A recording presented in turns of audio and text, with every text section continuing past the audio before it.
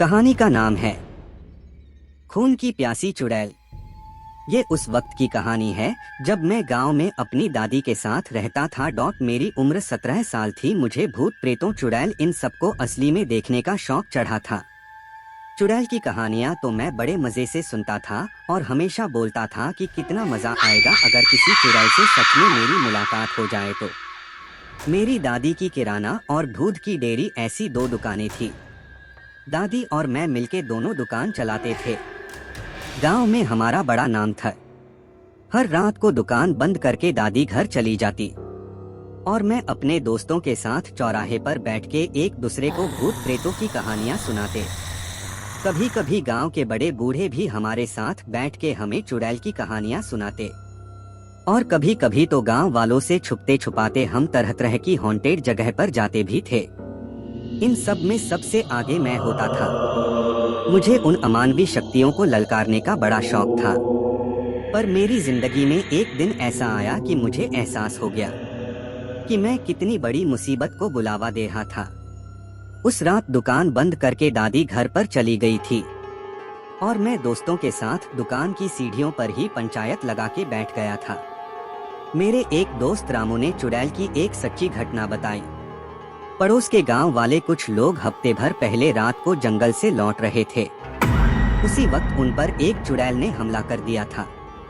उनमें से एक को तो उसने किसी शिकार की तरह दबोच लिया और उसकी गर्दन पर अपने लंबे नुकीले दांत गड़ाकर खून गटकने लगी।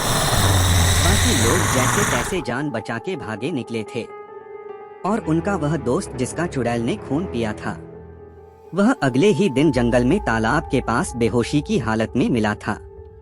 लोग उसे हॉस्पिटल में ले गए। वह बच तो गया पर उसके शरीर में हमेशा खून की कमी रहने लगी थी और आज सुबह ही उसकी मौत हो गई। अब उस जंगल के रास्ते से उस गांव का कोई भी आता जाता नहीं। वह हमारे गांव के लंबे रास्ते से होकर जाते हैं।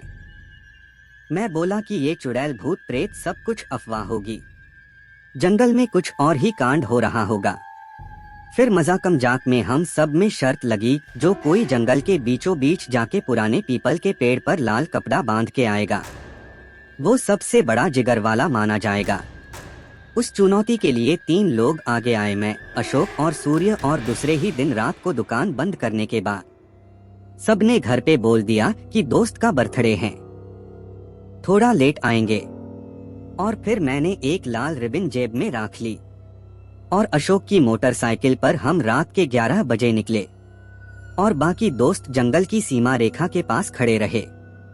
सूर्य मोटरसाइकिल चला रहा था। उस दिन चांदनी रात थी, इस वजह से आसपास का नजारा ठीक ठाक दिख रहा था। तीनों को डर भी लग रहा था, पर बात अब इज्जत की थी, इसलिए वह काम करना ही था। सूर्य मोटरसाइकिल चलाने में उस्ताद था, इसलिए जंगल वाले रास्तों पर बाइक हर बार वही चलता था। हम जंगल के बीचों बीच पीपल के पास पहुंचे। मैं बाइक से उतरा और अशोक मुझे टॉर्च लाइट का फोकस दिखने लगा।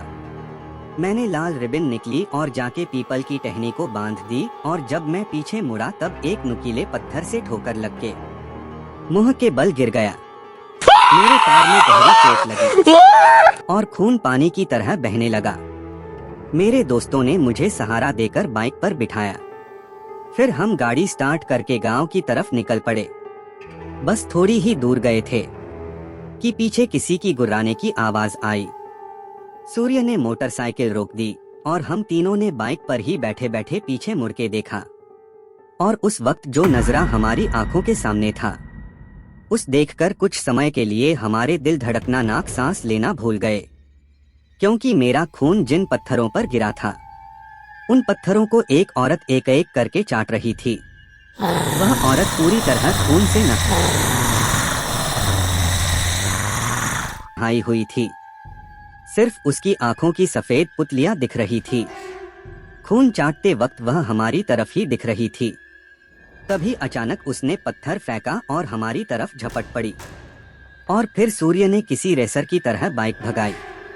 मैं उसे देखने के लिए पीछे मुड़ा था तो वह औरत 4 पैरों पर किसी नरभक्षी भेड़िए की तरह हमारा पीछा कर रही थी।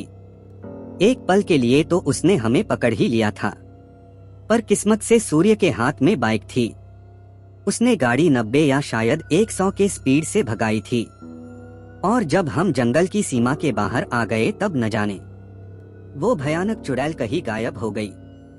हमारे वापस लौटने तक सारे बड़बोले बजर बट्टू दोस्त घर भाग चुके थे। फिर अगले दिन दादी ने देखा कि मैं कुछ परेशान और डरा हुआ हूँ तो उसने मुझसे सब सच सच उगलवा लिया और मैंने भी सब हकीकत बता दी। उस दिन दादी ने मुझे खूंटे से बांधकर मारा था और बाकी दोस्तों के भी घर जाकर दादी ने यह कारनामा बता दिया। सबको जम के मार पड़ी और एक रात तो जबरन उसने मुझे हनुमान जी के मंदिर में सुलाया था, जिससे कि चुड़ैल का साया भी मेरे से दूर रहे।